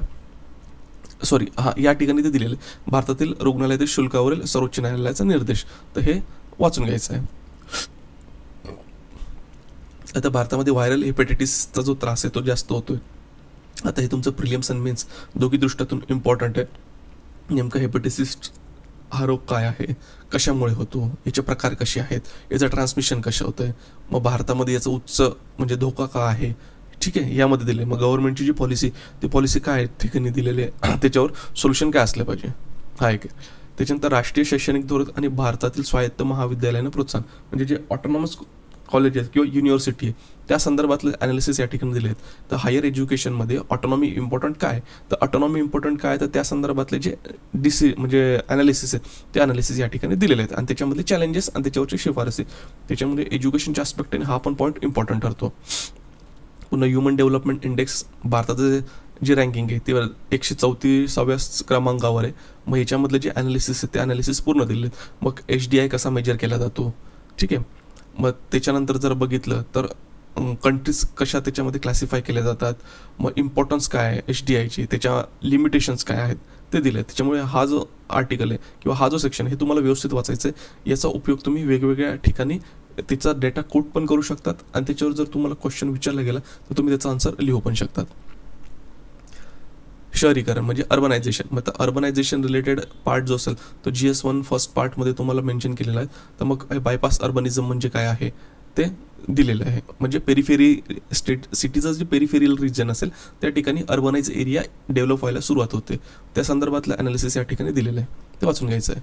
मग पुन्हा भारतातील शहरीकरण आणि जात म्हणजे कास्ट सिस्टम आणि अर्बनायझेशन यांचं इंटर रिलेशन काय, तर एक आर्टिकल आलं होतं, त्या आर्टिकलच्या संदर्भात आपण या ठिकाणी कव्हर करण्याचा प्रयत्न केलेला आहे. त्याच्यानंतर प्रधानमंत्री आवास योजना, आता याच्यामध्ये प्रधानमंत्री आवास योजनेचं काय दिलेलं आहे तर ॲनालिसिस दिलेलं आहे. हे ॲनालिसिस व्यवस्थित स्टडी करणे आवश्यक आहे, कारण गव्हर्नमेंटच्या स्कीमवर जर क्वेश्चन विचारले तर त्याचं आन्सर लिहित असताना कसं लिहायला हवं हे जर तुम्ही आर्टिकल वाचलं तर तुम्हाला त्याचं काय कॉन्टेक्स्ट येऊन जाईल. पुन्हा आर्थिक विकास म्हणजे इकॉनॉमिक डेव्हलपमेंट. आता या इकॉनॉमिक डेव्हलपमेंटच्या कॉन्टेक्स्टमध्ये 2023-24मध्ये भारताची अर्थव्यवस्थेचं विश्लेषण केलेलं आहे. कुठल्या कॉन्टेक्स्टमध्ये चांगली आहे, चिंतेचे काय क्षेत्र होते, मग त्याला जर ओव्हरकम करायचं असेल तर शिफारसी काय असला पाहिजे. पुन्हा आता भारताच्या विकासासाठी दरडोई GDPवर लक्ष केंद्रित करण्याचे महत्त्व म्हणजे पर कॅपिटा इन्कम. आता मग त्याच्या रिलेटेड जे काही डिस्कशन आहेत तर डिस्कशन या ठिकाणी दिलेले आहेत. म्हणजे पर कॅपिटा इन्कमवर अप्रोच का आपण काय म्हणजे GDPवरून पर कॅपिटा इन्कमचा जो अप्रोच आहे तो का आपण शिफ्ट करायला हवं, त्या संदर्भातले जे ॲनालिसिस आहेत ते ॲनालिसिस या ठिकाणी दिलेलं आहे. पुन्हा भारताचे विकास मॉडेल आनंद आणि समावेशाच्या दिशेने सुधारण्याची गरज म्हणजे पुन्हा याच्यामध्ये ॲनालिसिस दिलेलं आहे की भारत जरी इकॉनॉमिकली ग्रो करत असला तरी सोशल आणि अदर आस्पेक्ट्सवर जर बघितलं तो कुठे लॅगिंग करतोय, तर त्या संदर्भातली जी इन्फॉर्मेशन ती इन्फॉर्मेशन या ठिकाणी दिलेली आहे. आणि मग त्याच्यावर जर ओव्हरकम करायचं असेल तर ते ओव्हरकम करण्यासाठी काय सोल्युशन्स असले पाहिजे ती पण गोष्ट या ठिकाणी दिलेली आहे. मग पुन्हा या ठिकाणी आपण ह्या आर्टिकलमध्ये डिस्कस केलेले आहेत तर जॉबलेस ग्रोथ, भारतामध्ये जी जॉबलेस ग्रोथ होते त्याचा स्टेटस कसा आहे आणि भारतामध्ये जॉबलेस ग्रोथ कुठल्या रिझन म्हणजे त्याच्या मागची कारणं काय होती ते पण या गोष्टी यामध्ये काय केलेल्या आहेत तर डिस्कस केलेल्या आहेत. मग आतापर्यंत गव्हर्नमेंटच्या काही स्कीम्स आहेत का की जे एम्प्लॉयमेंटला प्रमोट करतात ते मेन्शन केलेलं आहे. आणि मग पुन्हाच मग रोजगार किंवा एम्प्लॉयमेंट जर जनरेट करायचं असेल तर कसं करायला हवं त्या ठिकाणी डिस्कस केलं. आता एम्प्लॉयमेंटचा जो पार्ट असेल किंवा अगोदर आपण डिस्कस केलेले इकॉनॉमिक ग्रोथ रिलेटेड किंवा डेव्हलपमेंट रिलेटेड हे जे डायमेन्शन्स हे डायमेन्शन्स तुमचे काय डायरेक्ट सिलेबसमध्ये दिलेले आहेत, त्याच्यामुळे त्या अँगलने ते इम्पॉर्टंट ठरतात. म्हणजे भारतीय अर्थव्यवस्था अगोदरच्या आर्टिकलमध्ये आपण बघितलं भारताची अर्थव्यवस्था कसं आहे, ठीक आहे. त्याच्यानंतर त्याच्यातली डेव्हलपमेंट म्हणजे वाढ असेल किंवा ग्रोथ असेल ती कसं आहे, विकास म्हणजे डेव्हलपमेंट, रोजगार म्हणजे एम्प्लॉयमेंट. आता डायरेक्टली आर्टिकल जे आहेत ते तुमच्या सिलेबसच्या टॉपिकशी रिलेटेडच काय आहेत तर आपण डिस्कस केलेले आहेत. मग पुन्हा स्टेट वाईज जर आपण बघितलं तर एम्प्लॉयमेंटचं स्टेटस कसं आहे हे वाचून घ्या, जेणेकरून जर तुम्हाला रिजनल असं जर क्वेश्चन आला की अक्रॉस इंडिया अनएम्प्लॉयमेंटचं जे काही चेंजेस आहेत, म्हणजे आपण असं म्हणू शकतो अनएम्प्लॉयमेंटचं जे स्टेटस आहे ते व्हॅरी होतं आहे, तर ते तुमचं आर्ग्युमेंट सबस्टॅन्शिएट करण्यासाठी तुम्हाला लक्षात असलं पाहिजे की रिजन वाईज अनएम्प्लॉयमेंट हा कसा व्हॅरी होतो आहे. पुन्हा या ठिकाणी तेच भारतातील मानवी विकास, वाढ आणि असमानता म्हणजे ह्युमन डेव्हलपमेंट, इकॉनॉमिक ग्रोथ आणि इनइक्वालिटी यांचं जे इंटर रिलेशन आहे ते इंटर रिलेशन्स या ठिकाणी डिस्कस केलेलं आहे. थोडक्यात हे सगळे आर्टिकल वाचल्यानंतर तुम्हाला लक्षात येणार आहे की भारतामधली जी इकॉनॉमिकल ग्रोथ आहे आणि त्या रिलेटेड जर क्वेश्चन विचारला की याला क्रिटिकली अनालाइज करा, तर क्रिटिकली अनालाइज करत असताना त्याचे जे पॉझिटिव्ह आणि निगेटिव्ह पॉईंट आहेत आणि त्याचं जे सोल्युशन आहे हे सोल्युशन तुम्ही हे जे आपण आता जे आर्टिकल्स बघत आहोत ते जर वाचले तर तुम्हाला त्याच्यावर सोल्युशन्स पण देता येईल.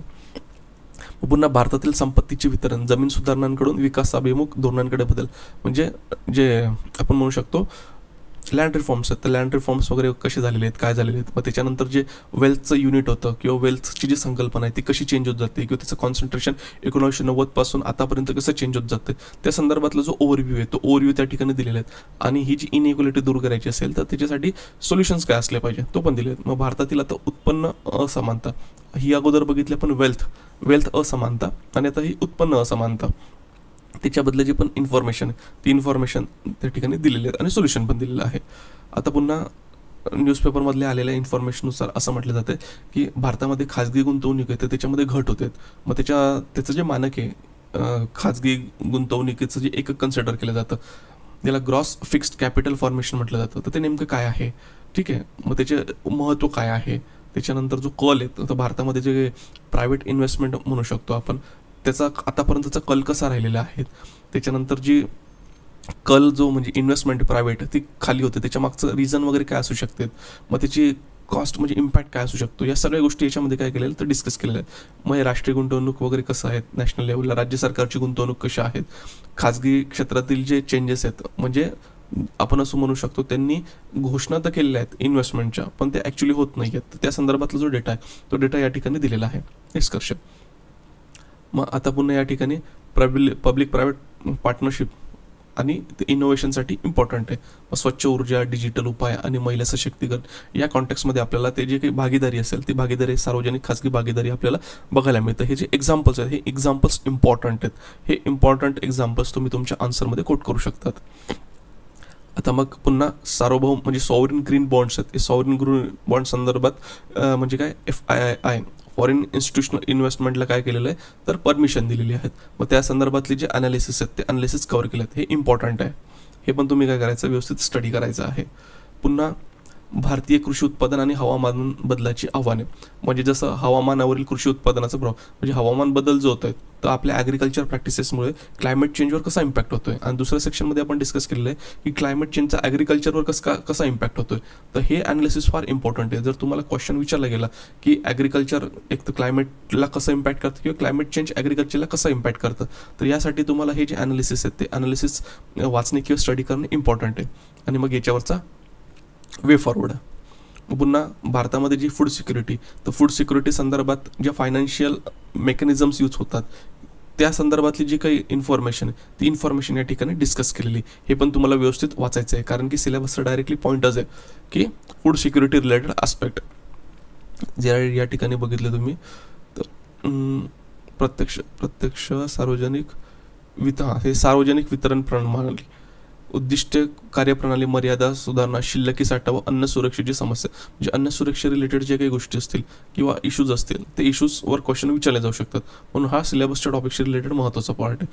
पुन्हा 2047 पर्यंत ज्यावेळेस विकसित भारत होण्याचं भारताचं स्वप्न आहे तर मग त्यावेळेस अन्न सुरक्षितता आणि समृद्ध भारतासाठी अन्न प्रणालीमध्ये परिवर्तन करणे आवश्यक आहे. मग त्याच्या संदर्भातली जी इन्फॉर्मेशन आहे ती इन्फॉर्मेशन या ठिकाणी दिली, म्हणजे उत्पादकता आणि संसाधन कार्यक्षमता वाढवणे. मग याचं ध्येय काय असलं पाहिजे, कमी संसाधनांचा वापर करायचा आणि ते करत असताना त्याच्यामध्ये काय करायचं तो इफेक्टिव्हली करायचा. मग त्याच्यासाठी तर्क काय आहे, मग त्याचा उपाय काय असलं पाहिजे, ही सर्व इन्फॉर्मेशन काय दिलेली आहे या बॉक्समध्ये दिलेली. ही इन्फॉर्मेशन फार इम्पॉर्टंट आहे. ही इन्फॉर्मेशन तुमच्या आन्सरमध्ये तुम्ही यूज करू शकतात किंवा ॲज अ त्याचा डेटा जो असणार तो डेटा तुम्ही तुमच्या एखाद्या पॉईंटला सबस्टॅन्शिएट करण्यासाठी यूज करू शकतात. त्याच्यानंतर मग भारतासाठी कृषी धोरणं जी असतील म्हणजे ॲग्रिकल्चर पॉलिसीज असतील त्याच्यामध्ये चेंजेस कशी करण्याची आवश्यकता आहे किंवा आणि ते करायचं असेल तर कसं करायला हवं. पुन्हा याच्यामध्ये सजेशन्स पण दिलेले आहेत, हे इम्पॉर्टंट ठरते. मग CDP सुरक्षा शेतकऱ्यांना फलोत्पादन अनुदानाचे त्वरित वितरण करण्यासाठी एक डिजिटल प्लॅटफॉर्म. आता CDP सुरक्षा ही नवीन सिस्टम लॉन्च केलेली आहे. तर त्याला हे काय करायचं आहे, तुम्हाला हा जो प्रोग्राम आहे इनिशिएटिव्ह तो वाचून घ्यायचे आहेत, त्याचे वैशिष्ट्य, ठीक आहे, ही यंत्रणा वगैरे कशी काम करणार आहेत, त्याचे फायदे वगैरे जे आहेत ते फायदे वगैरे काय आहेत.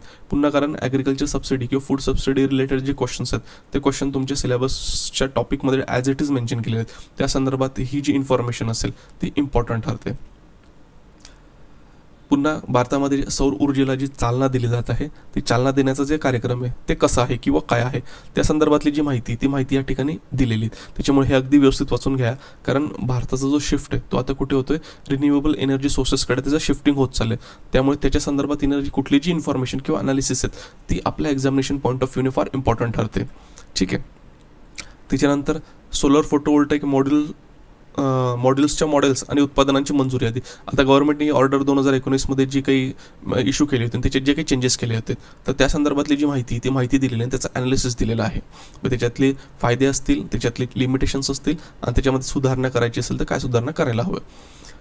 ठीक आहे. मग आता पुन्हा भारत आणि मॉरिशसमध्ये डबल टॅक्सेशन ॲग्रीमेंट जे असेल त्याच्यामध्ये काही बदलाव केले गेले आहेत आणि ते बदलाव आता येते जुलैमध्ये वगैरे काहीतरी पब्लिश केले जातील असं म्हटलं जाते. तर मग त्या संदर्भातली जी इन्फॉर्मेशन आहे ती इन्फॉर्मेशन या ठिकाणी दिलेली आहेत. आता याच्यामधल्या टर्म्स, याचे प्रोव्हिजन्स हे दोघंही काय आहे, एक्झामिनेशन पॉईंट बोथ प्रिलिम्स आणि मेन्सच्या पर्स्पेक्टिव्हने इम्पॉर्टंट आहे. म्हणून हे तुम्हाला अगदी व्यवस्थित काय करायचं आहे तर वाचायचं आहे. मग आता रिझर्व्ह बँकेला नियर अबाउट बरेच वर्ष झाले, म्हणजे 90 इयर्स होत आहेत, तर त्या ठिकाणी जी इन्फॉर्मेशन आहे रिझर्व्ह बँकेची ती दिलेली आहे, ती फक्त एकदा तुम्हाला वाचून घ्यायचं आहे. आता एक केस स्टडी दिलेली आहे तमिळनाडूचे, म्हणजे डिसेंट्रलाइज इंडस्ट्रियलायझेशनचे जे मॉडेल आहे त्याचं जे अनालिसिस आहे ते अनालिसिस यामध्ये दिलेलं आहे. तर ते तुम्ही वाचून घ्यायचं आहे. हे तुम्हाला GS1, GS2 किंवा GS3 तिघांमध्ये याचा एक्झाम्पल तुम्ही यूज करू शकतात. नंतर विज्ञान आणि तंत्रज्ञान. आता सायन्स अँड टेक्नॉलॉजीमध्ये भारताचं जे इलेक्ट्रिकल व्हेकल पॉलिसी जे धोरण आहे 2024 ते दिलेलं आहे. मग त्याचं महत्त्व, त्याचे लिमिटेशन्स आणि त्याला ओव्हरकम करायचं असेल तर कसं इम्पॉर्टंट आहे. पेटेंट नियम 2024मध्ये जे काही चेंजेस केलेले आहेत ते काय होते, ठीक आहे, ते इम्पॉर्टंट आहे. त्याचे वैशिष्ट्य काय आहेत, मग त्याचे प्लस पॉईंट्स काय, त्याच्यानंतर त्याचे लिमिटेशन्स काय आणि मग त्याला ओव्हरकम करण्यासाठी काय इम्पॉर्टंट स्टेप्स घेतल्या पाहिजे त्या संदर्भात. पुन्हा आपण या ठिकाणी काय दिलेलं आहे, टेबल दिलं आहे. त्या टेबलमध्ये इम्पॉर्टंट जे काही इंटेलेक्च्युअल प्रॉपर्टी राईट्स जसं पेटेंट असतील, जिओग्राफिकल इंडिकेटर्स असतील, कॉपीराईट्स असतील, त्याची माहिती म्हणजे डेफिनेशन दिलेले आहेत आणि 2023-24मध्ये त्यांची कामगिरी कशी होती त्या संदर्भातली इन्फॉर्मेशन दिलेली आहे. आता याच्यावर जर क्वेश्चन विचारला तर ही जी इन्फॉर्मेशन आहे ही PIBच्या वेबसाईटवर आपण घेतलेली आहे. तर ही तुम्ही काय करू शकतात, डायरेक्टली तुमच्या आन्सरमध्ये ॲज इट इज यूज करू शकतात. त्याच्यामुळे तुमचं आन्सरचं जे वेटेज आहे किंवा त्याची जो व्हॅल्यू आहे ती व्हॅल्यू इन्क्रीज होईल. त्याच्यामुळे हा सेक्शन पण इम्पॉर्टंट आहे. त्याच्यानंतर अंतराळ क्षेत्रामध्ये म्हणजे FDI जी काय ती लिबरलाइज केलेली आहे, तर म्हणजे इंडियन स्पेस पॉलिसीमध्ये मग इंडियन स्पेस पॉलिसी 2023ची काय होती, आता जे नवीन धोरण आता ज्याच्यात म्हणजे इंडियन स्पेस पॉलिसी 2023मध्ये जे काही अमेंडमेंट किंवा चेंजेस केले तर त्याच्या मागची कारणं काय आहेत. ठीक आहे. मग आता या नवीन चेंजेसनुसार काय प्रोव्हिजन्स आहेत ते प्रोव्हिजन्स या ठिकाणी दिलेले आहेत. मग याचे अपेक्षित परिणाम काय असू शकतात ते पण या ठिकाणी डिस्कस केलेले आहेत. मग PSLV-C58 किंवा एक्सपोसॅट मिशन हे काय आहे तर स्पेस डेब्रिज जो असेल त्याच्यातला कचरा कमी करण्यासाठी महत्त्वपूर्ण काय स्टेप्स मांडले गेलेले आहेत. तर हे वाचून घ्या.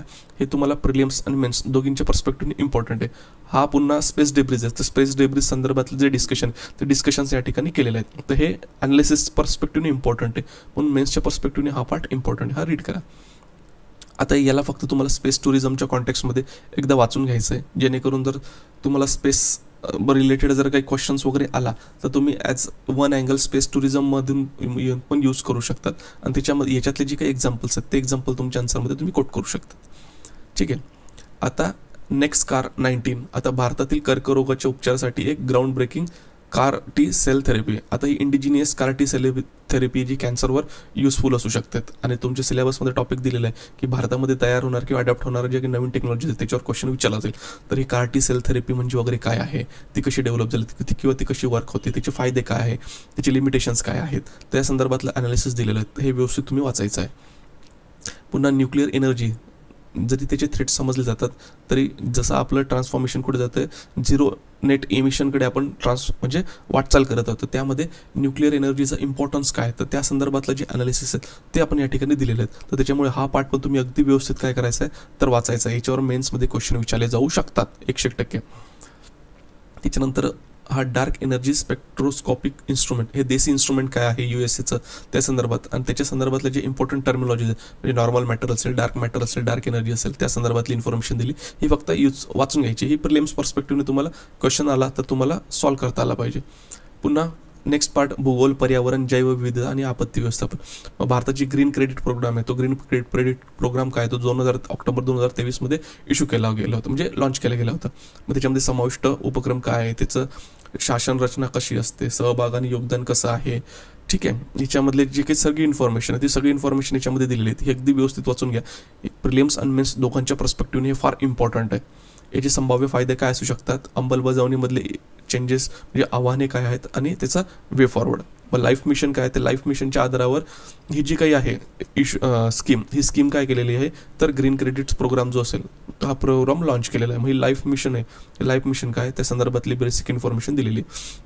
आता पुन्हा कोळसा ऊर्जा बंद करण्याचे आव्हान आणि हवामान बदलाचे उद्दिष्ट पूर्ण. म्हणजे आता जसं तुम्हाला माहिती आहे की आपलं झिरो नेट इमिशनकडे वळत असताना जे काही फॉसिल फ्युअल्स आहेत, ते फॉसिल फ्युअल्सवर डिपेंडन्स कमी होणे आवश्यक आहे, कारण ते CO2 इमिट करतात. पण असं करत असताना ज्यावेळेस आपण रिन्युएबल एनर्जी सोर्सेस यूज करतो, पण ज्यावेळेस जर कोल बेस्ड एनर्जीवर जर आपलं डिपेंडन्स हे कमी करायचं असेल तर ते कमी करत असताना त्याच्यामधले चॅलेंजेस काय आहेत, ते चॅलेंजेस संदर्भातले जे काही अनालिसिस आहेत ते अनालिसिस या ठिकाणी दिलेले आहेत. तर हे अगदी व्यवस्थित पद्धतीने तुम्ही रीड करायचं आहे, कारण UPSC मध्ये ह्या बेसिसवर एकदा क्वेश्चन GS1 मध्ये विचारला गेलेला आहे. ठीक आहे. मग पुन्हा एनर्जी संदर्भात की इंडिया रिन्युएबल एनर्जी सोर्सेसकडे वळत आहेत, पण मग रिन्युएबल एनर्जी सोर्सेसकडे शिफ्टिंग होत असताना त्याच्यामधले चॅलेंजेस काय आहेत, ते चॅलेंजेस संदर्भात डिस्कस केलेले आहेत. आणि त्याच्यामध्ये चॅलेंजेस फेस करत असताना 2 केस स्टडीज दिलेल्या आहेत. त्या केस स्टडीज पण तुम्ही लक्षात ठेवायच्या आहेत, आणि या केस स्टडीज या संदर्भात जर क्वेश्चन आला तर ते तुम्हाला कोट करायचे. आणि त्याच्यामधले मग जर आपल्याला ओव्हरकम करायचं असतील, ठीक आहे, तर मग ते काय कसे केलं गेलं पाहिजे, त्याच्यामुळे हा जो ॲनालिसिस आहे ते फार इम्पॉर्टंट आहे. पुन्हा हीट वेव्स, मग हीट वेव्सच्या संदर्भातलं काय आहे, तर हा टॉपिक या ठिकाणी डिस्कस करतोय. आता जसं वर्तवलं की 2024 हे फार काय म्हणू शकतो आपण उष्ण वर्ष असणार आहेत, तर मग त्या संदर्भात इन्फॉर्मेशन दिलीत. मग हीट वेव्स म्हणजे काय, इंडियन मेट्रोलॉजिकल डिपार्टमेंट हीट वेव्सला कसं डिफाईन करतात, मग त्याच्यामधले ते 3 डेफिनेशन किंवा 3 क्रायटेरिया काय हे इम्पॉर्टंट आहेत. हे एक्झाम प्रिलिम्स आणि मेन्स दोघांमध्ये इम्पॉर्टंट आहेत. त्याच्यानंतर मग आता हे जे काही हीट वेव्स आहेत, ते हीट वेव्स जे जनरेट जे होतात त्याच्या मागचे पॉसिबल रिझन्स काय आहेत. त्याच्यानंतर हीट वेव्सचे जे काही इम्पॅक्ट आहेत, मग आरोग्यावर काय, शेतीवर काय, ऊर्जा म्हणजे एनर्जीवर काय, अर्थव्यवस्थेवर काय किंवा पर्यावरणावर काय, तर हे दिलेलं आहे. त्याच्यामुळे हे पण तुम्हाला माहीत असणे आवश्यक आहे.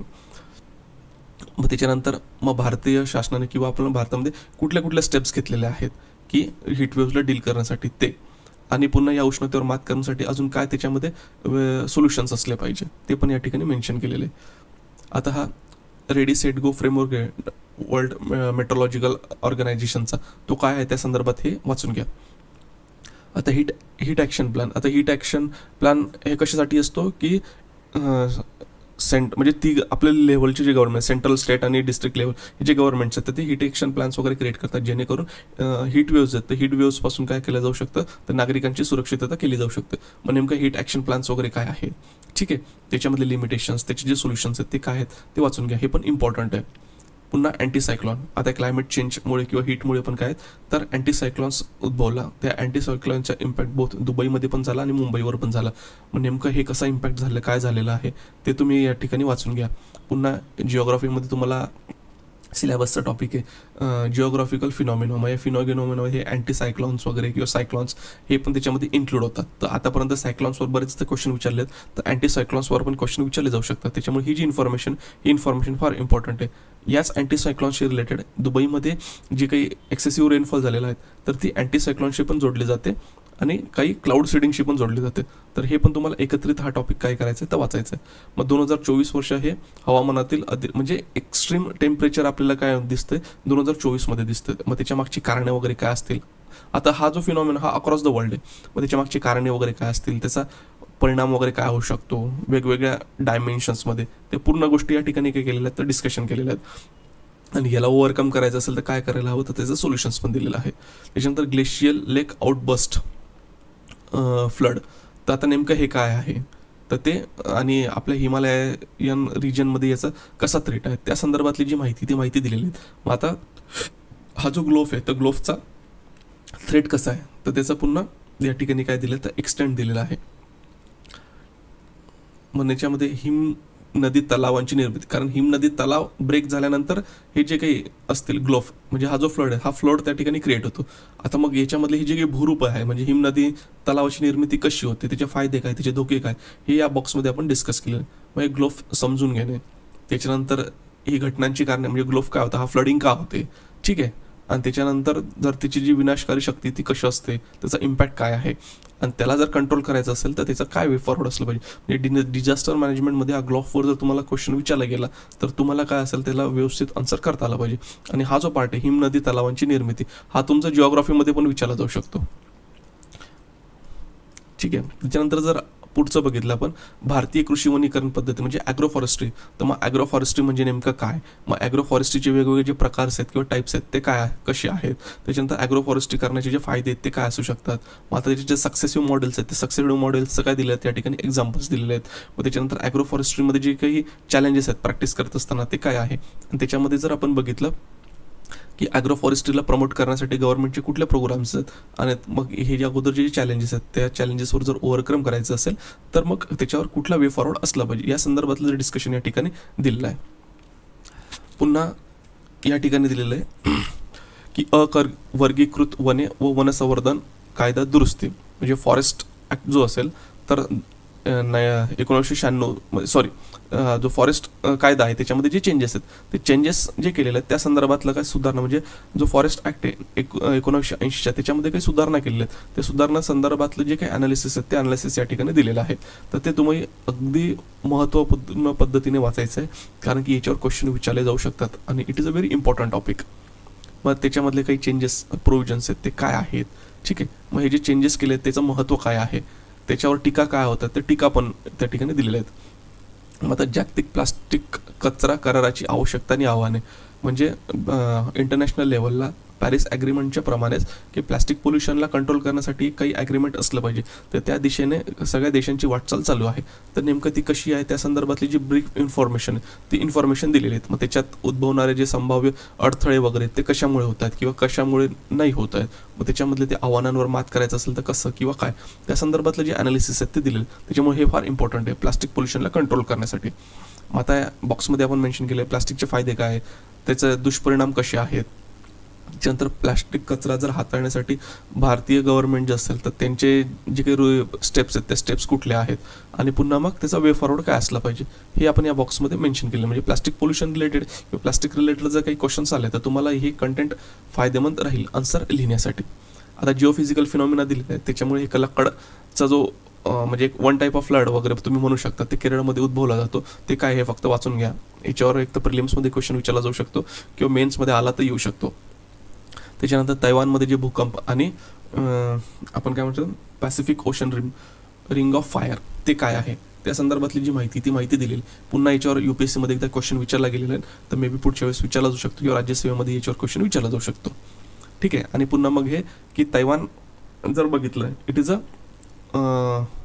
म्हणजे वोल्कॅनिक रिजनमध्ये काय किंवा भूकंपाच्या अर्थक्वेक रिजनमध्ये काय तो बसलेला आहे, तरी तो त्याची जी हानी आहे त्याच्यावर होणारा इम्पॅक्ट आहे तो कसा कमी करू शकलेला आहे, तर त्या संदर्भातली जी काही माहिती ती माहिती दिलेली. याचा उपयोग तुम्ही डिझास्टर मॅनेजमेंटमध्ये जर अर्थक्वेकवर जर क्वेश्चन विचारला आणि भारताने कुठल्या स्टेप्स घेतल्या पाहिजे त्या संदर्भातल्या जर गोष्टी विचारली तर तुम्ही याच्यामध्ये केस स्टडी म्हणून लिहू शकतात की तैवानने जसं वेगवेगळे मेजर्स केले त्या मेजर्समधून भारत शिकू शकतो. हा एक अँगल इम्पॉर्टंट आहे या ठिकाणी. आता नेक्स्ट बघितलं तर सुरक्षा. आता अंदमान आणि निकोबार बेट, आता हे जे अंदमान आणि निकोबार बेट आहे हे भारताच्या ज्या स्ट्रॅटेजिक पॉईंट ऑफ व्ह्यूने फार इम्पॉर्टंट आहे. मग याचं ऐतिहासिक महत्त्व काय आहे, ठीक आहे. मग तिथे आपल्याला लगेच डेव्हलपमेंट करण्याची आवश्यकता काय आहे ते एक इम्पॉर्टंट. त्याच्यानंतर अंदमान आणि निकोबार बेट हे हिंद महासागरातील एक धोरणात्मक चौकी म्हणजे इम्पॉर्टंट बेट कसं ठरतं, म्हणजे त्याचं जे इम्पॉर्टन्स आहे ते इम्पॉर्टन्स या ठिकाणी डिस्कस केलेलं आहे. मग त्याच्यानंतर जर पुन्हा बघितलं तर डेव्हलपमेंट त्या ठिकाणी कशी असली पाहिजे किंवा काय त्या ठिकाणी असलं पाहिजे, ठीक आहे. त्या संदर्भातली जी पूर्ण ॲनालिसिस आहेत ती या ठिकाणी आपण कव्हर करण्याचा प्रयत्न केलेला आहे. म्हणून हे तुम्ही अगदी व्यवस्थित रीड करा. त्याच्यावर जर क्वेश्चन विचारला अंदमान आणि निकोबारच्या संदर्भामध्ये तर तुम्हाला त्याचा आन्सर करता आला पाहिजे. आता arm force special protection act या संदर्भात एक टॉपिक म्हणजे काय की नुकतंच नागालँड आणि अरुणाचल प्रदेशमध्ये सेंट्रल गव्हर्नमेंटने डिसाईड केलं की 6 महिन्यासाठी अजून आफ्सा ॲक्ट जो असेल तो एक्सटेंड केला जाईल. मग त्या संदर्भातली जी इन्फॉर्मेशन आहे ती आपण डिस्कस केली. मग आफ्सा ॲक्ट नेमकं काय आहे, त्याचे प्रोव्हिजन्स काय आहेत, त्याच्या अंतर्गत डिस्टर्ब्स एरिया म्हणजे अशांत क्षेत्र जर डिक्लेअर करायचं असेल तर काय प्रोसेस असली पाहिजे किंवा काय कंडिशन्स असल्या पाहिजे, म्हणजे आफ्साचं महत्त्व काय आहे, आफ्सावर टीका काय केल्या जातात आणि त्याच्यानंतर त्याच्यावर काय उपाय असला पाहिजे. तर हे टॉपिक तुम्ही अगदी व्यवस्थित करून घ्या. म्हणजे सिक्युरिटीच्या अँगलने याच्यावर जर क्वेश्चन्स वगैरे विचारले गेले आफ्साच्या अँगलने तर तुम्हाला आन्सर ते करता आले पाहिजे. आता पुन्हाच छत्तीसगडमध्ये 14 एप्रिल 2024 काय आहे की सुरक्षा दलाने माओवाद्यांविरुद्ध कारवाई केली होती आणि त्याच्यामध्ये 19 माओवादी ठार झालेले आहेत. मग त्याच्यामुळे हा जो काही नक्षलवादी रिलेटेड इश्यूज आहेत हा आपल्या सिक्युरिटीच्या सिलेबसमध्ये पण दिलेला आहे. त्याच्यामुळे आपल्याला याच्या संदर्भात माहिती असणे आवश्यक आहे. मग आता नेमकं भारताच्या नक्षलवादाची मुळे नेमकं ॲक्च्युली हा काय एक्झिस्ट करतो त्याच्यामधले पॉसिबल काही रिझन्स मेन्शन केलेले आहेत. पुन्हा भारतामधले कुठले स्टेट्स आहेत की ज्याच्यामध्ये आपल्याला काय दिसतंय तर नक्षलवाद दिसतोय तर ते मेन्शन केलेले आहेत हा मॅप. त्यानंतर जर बघितलं की नक्षलवादी कारवायांमध्ये थेट गट जर 2010 पासून जर आपण बघितलं 2024 पर्यंत आता नक्षलवादी म्हणजे नक्षलाइट्स ॲक्टिव्हिटीजमध्ये जी घट आहे ती घट आपल्याला दिसून येते. तर मग ती घट दिसून येत असताना मग त्याच्यासाठी आपल्याला या ठिकाणी फॅक्च्युअल जे काही आहे तर सपोर्ट्स हा फॅक्च्युअल सपोर्ट दिलेला आहे. मग आता ही जी घट होते 2010 पासून मग त्याच्यामागचे पॉसिबल रिझन्स काय आहेत त्या पॉसिबल रिझन्स या ठिकाणी दिलेले आहेत. मग आव्हाने आणि सदोष दृष्टिकोन म्हणजे जरी ही घट होत असली तरी अजून नक्षलाइट्सचा जो थ्रेट आहे तो अजून भारताला अजून पूर्णपणे गेला आहे का नाही, तर मग त्याच्या मागची कारणे काय, ती कारणे काय आणि मग आता याच्यावर जर ओव्हरकम करायचं असेल तर काय सोल्युशन्स असलं पाहिजे. आता याच्यानंतरच्या आर्टिकलमध्ये आपण लेफ्ट विंग एक्स्ट्रीमिझम म्हणजे तो नक्षलवाद हा इन डिटेल डिस्कस केलेला आहे की म्हणजे त्याची आयडियोलॉजी काय, त्याचं इव्होल्युशन कसं झालेलं आहे, नेमकं मौवाद म्हणजे काय, मग त्याच्यामध्ये जी हिंसाचाराची थीम आहे त्यांच्यामध्ये ती कशी आहे, ते नियंत्रण ज्यावेळेस प्रस्थापित करतात ते कसं नियंत्रण प्रस्थापित करण्याचा प्रयत्न करतात, शहरी भागामध्ये मौवाद्यांचा जो काही आहे नेटवर्क ते कसे वर्क करतात. त्याच्यानंतर संयुक्त आघाडी म्हणजे मौवादी वेगवेगळी जे काही ऑर्गनायझेशन टेररिस्ट ऑर्गनायझेशन असतील किंवा इन्सर्जंट ग्रुप्स असतील त्यांच्याशी कसं ते हात मिळवणी करतात आणि स्वतःचं जे काही लक्ष असेल ते साधण्यासाठी कसं ते वर्क करतात त्या संदर्भातली इन्फॉर्मेशन दिलेलं आहेत आणि त्यांचं अल्टिमेट एम वगैरे काय आहे ते ठिकाणी दिलेले आहेत. मग आतापर्यंत म्हणजे लेफ्ट विंग एक्स्ट्रीमिझमला कंट्रोल करण्यासाठी भारतीय गव्हर्नमेंटने कुठकुठल्या स्टेप्स घेतल्या आहेत. म्हणजे समाधान डॉक्ट्रिन आहे, ते समाधान डॉक्ट्रिन म्हणजे काय, मग राष्ट्रीय धोरण आणि कृती या सगळ्या ज्या काही स्टेप्स आहेत त्या ठिकाणी दिलेल्या आहेत. एवढं जर आर्टिकल हे 2 आर्टिकल तुम्ही जर केले तर तुमच्या सिक्युरिटीमधला जो पार्ट आहे लेफ्ट विंग एक्स्ट्रीमिझम हा पूर्ण तुमच्या या ठिकाणी कव्हर होऊन जातो. नंतरच्या जर याच्यात आपण बघितलं की आत्मनिर्भर भारत आणि संरक्षण क्षेत्रातील आत्मनिर्भरता. आता संरक्षण क्षेत्रात भारताने कसं आत्मनिर्भरता मिळवते किंवा आत्मनिर्भर होण्याचा कशा प्रयत्नात आहे त्या संदर्भातली जी इन्फॉर्मेशन आहे ती इन्फॉर्मेशन या ठिकाणी दिलेली आहे. त्यामुळे या ठिकाणी तुम्ही एकदा हे वाचून घ्यायचं आहे.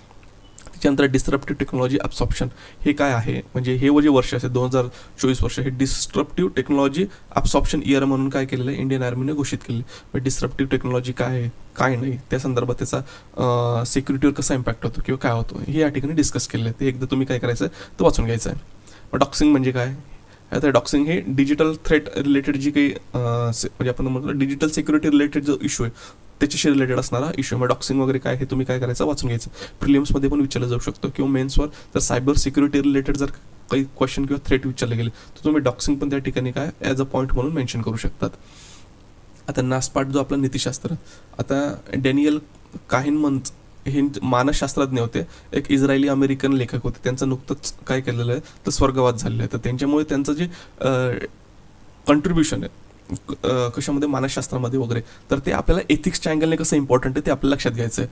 मग त्यांच्या संभाव्य सिद्धांत नुकसान टाळणे म्हणजे ज्यावेळेस पर्सन डिसिजन घेतो तर डिसिजन घेत असताना कुठले फॅक्टर्स त्या ठिकाणी इम्पॉर्टंट ठरतात तर या ठिकाणी त्यांनी डिस्कस केलेलं आहे. त्याच्यानंतर ज्यावेळेस आनंद आणि कल्याण मोजणे म्हणजे GDPवर डिपेंडंट राहण्यापेक्षा व्यक्तींचा जो अनुभव असेल त्या अनुभव फार महत्त्वाचा आहे हे त्यांनी या ठिकाणी डिस्कस केलेलं आहे. मग त्यांचे सिस्टमॅटिक थिंकिंग म्हणजे सिस्टम 1 आणि सिस्टम 2 म्हणजे पर्सन डिसिजन थिंकिंग करत असताना आणि डिसिजन घेत असताना कुठले फॅक्टर इम्पॉर्टंट ठरतात ते त्या ठिकाणी डिस्कस केलेले आहेत. मग त्याच्यानंतर बिहेवियर आहे तर बिहेवियरवर कसा परिणाम म्हणजे व्यक्तीचं जे विचारसरणी असेल किंवा त्याचा जो बिहेवियर असेल वागणूक असेल त्याच्यावर कुठल्या कुठल्या गोष्टी कशा कशा पद्धतीने इम्पॅक्ट करतात. मग जाणीव नसलेल्या पूर्वाग्रह म्हणजे व्यक्तीमध्ये पूर्वाग्रह कसे भरलेले असतात आणि त्यांच्या डिसिजन मेकिंगवरती कसे इम्पॅक्ट करतात त्या संदर्भातली माहिती दिलेली आहे. मग आधुनिक जगात जर पूर्वाग्रह जर नाहीसे करायचे असतील तर ते कसं केले पाहिजे, ठीक आहे. आणि जर चांगले डिसिजन घ्यायचं असेल तर चांगल्या डिसिजनमध्ये कुठल्या स्टेप्स असल्या पाहिजे. आता हे सगळं जे कंटेंट आहे हे कंटेंट तुम्हाला एथिक्सच्या पेपरमध्ये एक म्हणजे डिसिजन मेकिंग इम्प्रूव्ह करण्यासाठी जर क्वेश्चन विचारला गेला तर त्याचं तुम्हाला उत्तर याच्यातून मिळतं फर्स्ट. दुसरं, जर बिहेवियरल चेंजेस करायचे असतील तर ते कसे केले गेले पाहिजे सेकंड. आणि थर्ड म्हणजे जर याच्यात विचारलं की आपल्या समाजामध्ये कास्ट सिस्टम, त्याच्यानंतर पॅट्रियार्कल सिस्टम जी आहे, त्याच्यानंतर वुमन संदर्भातलं जो बिहेवियर आहे, हे जर गोष्टी चेंजेस करायचे असतील तर काय करायला पाहिजे. तर ही जी इन्फॉर्मेशन किंवा यांनी जे सांगितलेले जे काही पैलू आहेत ते पैलू तुम्ही तुमच्या आन्सरमध्ये लिहू शकतात. पुन्हा यानंतरचा महत्त्वाचा पार्ट आहे डिजिटल युगात डिस्कनेक्ट करण्याचा अधिकार, म्हणजे राईट टू डिस्कनेक्ट. कारण आता वर्क फ्रॉम होमच्या कल्चरमुळे किंवा डिजिटल प्रेझेन्समुळे काय होतं आहे की वर्क लाईफ बॅलन्स मेंटेन करायला फार डिफिकल्टी जाते. मग त्या संदर्भात आपल्या लक्षात येते की कॅलिफोर्नियामध्ये राईट टू डिस्कनेक्ट हा जो ॲक्ट आहे तो पास करण्याच्या प्रयत्नात ते आहे. तर मग ते नेमकं त्याचा नैतिक परिणाम काय, त्याच्यातली आव्हाने काय, त्याचे संभाव्य उपाय आणि शिफारसी काय असू शकतात. म्हणजे तुमचा एथिक्समधला जो पार्ट आहे की वर्क कल्चर रिलेटेड किंवा चा जो पार्ट आहे, तर त्या संदर्भातला जो हा क्वेश्चन आहे तो क्वेश्चन याच्यावर विचारला जाऊ शकतो. आता आपण ह्या व्हिडिओमध्ये फक्त डिस्कस केलेलं आहे की ज्ञान मासिक यूज करत असताना तुम्ही कुठल्या पद्धतीने यूज करू शकतात त्याचा ओव्हरव्ह्यू मी दिलेला आहे. आय थिंक हा जो व्हिडिओ असेल तुम्हाला तुमच्या प्रिपरेशनमध्ये बेनिफिशियल राहील. UPSC आणि MPSC राज्यसेवेच्या अशाच नवीन नवीन माहिती संदर्भात म्हणजे नवीन नवीन माहितीची अपडेट राहण्यासाठी आम्हाला कनेक्ट करा. ज्यांनी आमच्या व्हिडिओला आमच्या यूट्यूब चॅनलला सबस्क्राईब केलं नसेल त्यांनी सबस्क्राईब करा. आणि हे जे व्हिडिओज आहेत तुमचे जास्तीत जास्त मित्रांपर्यंत पोहोचवा. आणि तुमचे काही सजेशन्स असतील तर तुम्ही कमेंट बॉक्स थ्रू तुमचे सजेशन्स आम्हाला कळवू शकतात. आमच्या व्हिडिओबद्दल बघितल्याबद्दल धन्यवाद. थँक्यू.